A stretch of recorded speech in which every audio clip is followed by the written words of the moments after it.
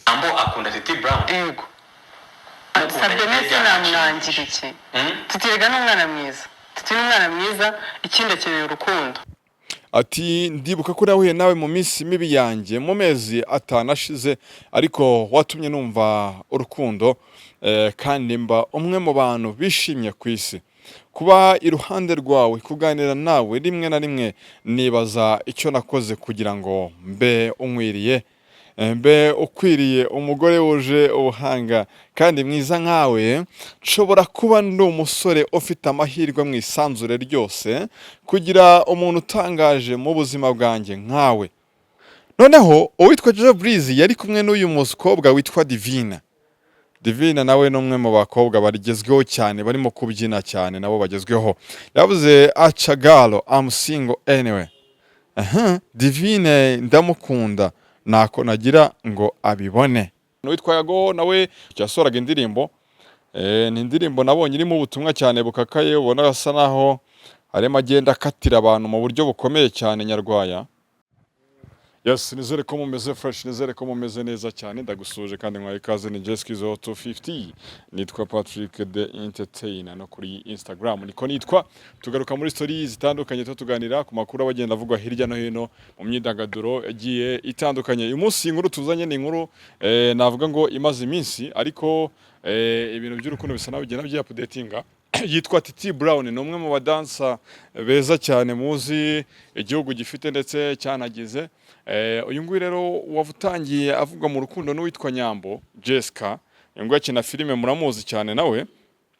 Titi Brown nyuma yaho aviriye mageragere byatangiye guhwihwisa ko yaba akundana n'uyu Nyambo Jessica bitewe nuko bagendaga bagaragara ahantu hagiye hatandukanye bari kumwe. Ibyo byose byagendaga byemeza yuko bashobora kuba bafitanye isano cyangwa se bashobora kuba bafitanye urukundo rwa hato na hato. Ariko uwitwa Titi Brown yagendaga bihakana muri live yagendaga akora, aho yagendaga avuga ko Nyambo atari ku rwego rwe, ari umukobwa ukeneye ubuzima. Ati ngewe ndafunguwe, niyo nyiva amageragere, nkeneye kwisuganya, nyemeye kwiyorganiza nkagira ukuntu nubaka ubuzima bwanjye. Rero kuba nahita njya mu rukundo na Nyambo, umukobwa ufite icyerekezo, umukobwa ufite viziyo, ukeneye abantu bamwitaho, mbona ko byaba bigoye, bityo ntago nkundana na Nyambo. Yaje kugenda abihakana muri live zitandukanye yagendaga akora n'abarimo yagendaga akorana n'abarimo Dumba n'abarimo Kasuku kuri Instagram. Titi rero kera kabaye uwitwa Nyambo yaje kugira anniversaire maze Titi amwandikira ibaruwa ingana rwose n'ishuka yari ndende cyane irimo amagambo yo kumutomagiza avuga ati n'iby'agaciro kuba nkufite n'umugisha kukugira, n'andi magambo ati warakoze mu buzima bwanjye. Navuga bati se byaba bishoboka ko noneho bano bari mu rukundo rweruye. Si Titi gusa, tuvuze ku babyinnyi uwitwa Divine n'uwitwa Jojo Breeze nabo bari mu rukundo. Ariko gatoya tugarutse kuri Titi Brown, abazi neza ino nkuru y'urukundo rwe na Nyambo itangira ubwo yari afungiye muri gereza ya Mageragere, aho Nyambo Jessica ngo yagiye kumusura, bityo byabereye ikimenyetso cyangwa se ikintu cyo gutuma Titi Brown adashobora kwibagirwa Nyambo bitewe nuko yaje kumusura muri gereza. Burya ahanini inshuti ngo uyibona mu byago, umuntu uje gusura muri gereza bigoye ko wazamwibagirwa. Rero ubwo Nyambo yajyaga gusura Titi Brown muri gereza, ibyo byamwegereye icyizere no gukomeza kumwiyumvamo, aho amwe mu magambo ya Titi Brown yagendaga akomeza kumushima, ashima imico, yashima imyitwarire ye ndetse ashima ko ari umuntu wamubaye hafi ubwo yari mu bibazo byo kuba yari afunzwe. Rero urukundo rwabo rukomeza gutyo bagenda babihakana, ariko ikintu kiba kiriho nuko byanga bikunda, nago urukundo ni ikintu buryo utahisha, byanga bikunda igihe kiragera bikamenyekana cyangwa se bikajya ahagaragara, dore ko bakunze kugenda bagaragara mu bikorwa bigiye bitandukanye bari kumwe, ariko bagakomeza nyine kugenda hakana ko nta rukundo bafitanye. Ibyo byose rero byagendaga bica amarenga muri kugaragara nawe mu bikorwa bitandukanye. Kera kabaye rero kuri anniversaire yaje kwigaragaza, yaje kwigaragaza mu kumara kwigaragaza nyuma yaho Titi Brown amwandikiye lettre ndende cyangwa se ibaruwa ndende mu butumwa yanyujije kuri story ye ya Instagram bwari burebure cyane. Abantu bagenda bavuga ko urukundo rwabo rushobora kuba rurimo rwose bitewe nuko ibimenyetso byari bihari. bati aba ngaba barakundana byanga bikunda nta gushidikanya. Rero icyaje kuba kibaho ni uko aba ngaba nyuma y'igihe kinini bavuga mu rukundo, ibimenyetso byaje kugenda bigaragaza ko bashobora kuba bakundana, n'ibinyamakuru bigenda gutangira kugenda bibyandika. Inkuru imaze iminsi ine ku Gihe igaragaza ubutumwa witwa Titi Brown yandikiye Nyambo ku isabukuru ye, kugira ngo ubone bino bintu urwego byari bimaze kugeraho. Ni inkuru ifite umutwe uvuga ngo ati bagufite babyumva, imitoma ikomeye ikomeje guca ibintu hagati ya Nyambo na Titi Brown. Imitoma ikomeje guca ibintu ku mbuga nkoranyambaga hagati ya Nyambo na Titi Brown. Urukundo rugeza haryoshye hagati y'aba bombi, bagerageza guhisha amarangamutima nubwo imbuga nkoranyambaga zidatinda kubatamaza. Nabikomojeho ndababwira ni bagiye bagaragara kuri social media zitandukanye, bagenda bavuga inkuru zitandukanye, cyangwa se aho bagenaga barimo bagaragara babikora utu dance, bakora udu challenge bari kumwe, ukabona bishimanye, nyamara bo wababaza bagakomeza kugenda babihakana. Iyi mitombo ikomeje guca ibintu ku mbuga nkoranyambaga, nayo ubwayo ikurikiye uruhererekane rw'amashusho n'amafoto ya Titi Brown na Nyambo muri iyi minsi bakunze kugaragara bari gusangirira ubuzima mu bintu bitandukanye.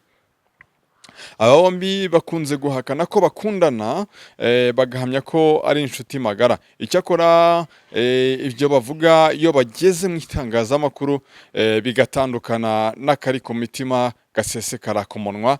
Iyo babwira amagambo aryoshye ku mbuga nkoranyambaga, banza wumve hano hari akavideo mfite kuwitwa Nyambo Jessica mu kiganiro yagiranye n'uwitwa Murungi Sabe. Yaramubaza ngo Nyambo akunda Titi Brown. Nyambo akunda Titi Brown. Yego. Sabye nese namwangira iki? Tutirega n'umwana mwiza. Okay, umvana. Titi n'umwana mwiza. Nyambo akunda Titi Brown. Yego. Sabye nese namwangira iki? Tutirega n'umwana mwiza. Titi n'umwana mwiza, ikindi akeneye urukundo. Wabyumvishe? Nyambo Wabyumvishe? Titi n'umwana mwiza, ikindi akeneye urukundo. Jessica Nyambo abakonfirmye ko rwose akundana nande na Titi Brown. Abinyujije ku mbuga nkoranyambaga, Nyambo uri gushimira abitabiriye ibirori by'isabukuru ye y'amavuko, yasangije abamukurikira ifoto ari kumwe na Titi Brown, yongeraho amagambo agira ati bagufite babyumva chiant. Uyu musore nawe utigeze arya iminwa, iyi foto yakiranye yombi, arangije agira ati no mugisha kuba ngufite. Ariko se Titi Brown uyu nguyu avuga ko adafite ubushobozi bwa tereta Nyambo, ko avuye mageragere yagikeneye kwiyubaka, wakibaza ngo uyu mwanya mutoya ahise amara kwiyubaka, ubuzima buse bukunda, ahise abona ari ku rwego rwa Nyambo. Reka turebe. Aya magambo n'andi menshi badasiba gusangiza abakurikira ku mbuga nkoranyambaga, kimwe n'amashusho akomeje gusakazwa umunsi ku wundi bari gusangira ubuzima, atuma benshi badashidikanya ko bakundana, nubwo bahisemo kubigira ibanga no kujijisha. Umwe mu nshuti zabo yagize ati barakundana nuko badukanye umuvuno wo kubeshya abantu ko ari inshuti zisanzwe. Ibyabo birimo urukundo kandi rugeze aharyoshye. Ibyo rwose ubibona kuri social media zabo zitandukanye. Aya mariri ni nayo Titi Brown aherutse kuvugamo ubwo yari abajijwe niba koko hari urukundo ruri hagati ye na Nyambo, ahamya ko badakundana ahubwo ari inshuti zisanzwe. Icyakora mbere gato ko bizihiza ibirori by'isabukuru y'uyu mukobwa, Titi Brown yari yaganjwe n'amarangamutima, aca amarenga ko baba basigaye bakundana nk'uko byagaragaraga mu butumwa yamugeneye. Muri ubu butumwa Titi Brown yavugaga ko bwamutwaye umwanya uhagije ashakisha amagambo yavugamo uko yiyumva, anamwifuriza kugira isabukuru nziza y'amavuko nubwo yabikoze atinze. Ati ndibuka ko nahuye nawe mu minsi mibi. Ngibi nabibabwiye ko Nyambo yagiye gusura Titi Brown ubwo yarafungiye muri gereza nkuru ya Nyarugenge ya Mageragere. Ati ndibuka ko nahuye nawe mu minsi mibi yanjye mu mezi 5 ashize, ariko watumye numva urukundo kandi mba umwe mu bantu bishimye ku isi. kuba iruhande rwawe, kuganira nawe rimwe na rimwe nibaza icyo nakoze kugira ngo mbe unkwiriye, mbe ukwiriye umugore wuje ubuhanga kandi mwiza nkawe. Nshobora kuba ndi umusore ufite amahirwe mu isanzure ryose kugira umuntu utangaje mu buzima bwanjye nkawe. Ati nibaza icyo nakoze kugira ngo mbe ndi umugore ukwiriye umugore mwiza nkawe, mbe ndi umugabo ukwiriye umugore mwiza nkawe. Ku rundi ruhande Nyambo aherutse gutangaza ko afite umukunzi, ariko yirinze gutangaza amazina ye nubwo benshi batabura gushyira mu majwi Titi Brown. Ntabwo ibintu biba byoroshye habe na gatoya. Titi Brown rero ubwo ntekereza ko uko iminsi izagenda iza, ntabwo igihe kibeshya buriya, tuzagenda tumenya ukuri, tumenye wagwane, tumenye byinshi cyane bivuga ku rukundo rw'aba bajene. Utekereza ko ari abajene bakatasohoka cyane kandi ubona ko ari abantu umuntu yavuga bafite urukundo kandi barugaragaza. Burya urukundo ni ikintu utahisha, ni ikintu byanga bikunda kiguta amazi. By'umwihariko social media zaraje aho usigaye usanga umuntu agira gutya agapostinga ifoto. Rero rimwe na rimwe biba bigoye ko wahisha umuntu bitewe n'amagambo wandika. Ujya umuntu ari inshuti yawe bisanzwe, hari amagambo wandika, ariko kuba umuntu yakwivugira ubwe akavuga ati nibaza icyo natanze kugira ngo umugore mwiza nkawe abe unkwiriye. Uhita wumva ko umuntu yageze muri etape yo kuvuga ngo umugore, nuko nyine biba byageze ku yindi level. Kugira ngo umuntu yitune umuntu umugore nuko biba byageze ku yindi level. Ntekereza ko ari ibintu biba ari ibyo kwitondamo cyane. Rero ntekereza ko Titi Brown ndetse n'uyu mukobwa witwa Nyambo Jessica, umwe mu bagezweho nawe muri sinema nyarwanda, ubona ko ni ibintu byanga bikunda utahakana kuvuga ko bakundana. Rero uko iminsi izagenda iza wenda tuzagenda tumenya ukuri kuruseho, ariko ukuri mu bigaragara ni uko bakundana rwose, umuntu atabishidikanyaho habe na gatoya. Ikindi kandi umuntu burya bamwe muri bano bantu baba bazwi, biba bigoye ko wahisha ko ukundana n'umuntu kuko ufite inshuti byanga bikunda, ubuzwi, ufite social media abantu bagukurikirana cyane. Bagiye bakoragaraga mu tuvideo barimo kubyina, bakora uduchallenge dutandukanye, by'umwihariko mu ndirimbo ya Jugumira Titi Brown yaretse kugaragaramo. Ibyo byose rero biba bigoye ko wahisha ko ukundana n'umuntu. Ibyo nubwo navuga ko tukiri mu rukundo, nanone ariko tukiri mu ababyinnyi ubona ko basa naho bashyushye cyane mu rukundo. Yitwa Jojo Breeze, uyu nawe ni umwe mu babyinnyi beza cyane dufite, ujya mu video atandukanye. Nawe aherutse guca amarenga yuko ari mu rukundo n'uwitwa Divine. Ejo bundi yagaragaye arimo asa naho amwambika impeta, ariko mu kumwambika impeta ubona ari bisa naho ari fashion barimo, cyangwa se hari publicité barimo gukora kuko akenshi basigaye baba bari kumwe, yaba mu duchallenge yaba mu kubyina. Nabyo ni nk'ibyo nababwiye, barimo kubyinana. Noneho uwitwa Jojo Breeze yari kumwe n'uyu mukobwa witwa Divine. Divine nawe ni umwe mu bakobwa bagezweho cyane, barimo kubyina cyane, nabo bagezweho. Yavuze acagalo I'm single anyway. Divine ndamukunda, nako nagira ngo abibone. Uzabona kenshi cyane uno musore witwa Jojo Breeze ari we, nabyo ubona ko ari ibintu basa naho bapanzemo pranka. Ariko birimo bigenda bibakorera cyane kuko imbuga nkoranyambaga social media ubona ko bazizengereje cyane. Uri bubure TikTok uri basangemo, tabirera ama reels uri basangemo, ubona ko nabo bisa naho ari prank bakoze. Sinzi neza niba bano bakundana, ariko ubona witwa Jojo Breeze niwe werekana ko akunda cyane Divine, bitewe nuko akenshi uzumva we aba arimo kukonfirma ko amukunda, avuga ati ntacyo nakora ngo abibone, ariko umukobwa we ntago abiha agaciro. Nyamara wabona ukuntu barimo kubyinana ukabona ko ni ibintu wawe tubona ko harimo akantu byanga bikunda. Rero uwitwa Jojo Breeze nabo bamaze iminsi bagaragara bari kumwe babyina, bakora uduchallenge n'ama contract baherutse gusinya, nayo bari kumwe, ubona ko byose basigaye basa naho babifatanya. Ibyo nabyo bikaba byakwereka ko bashobora kuba bari mu rukundo nabo.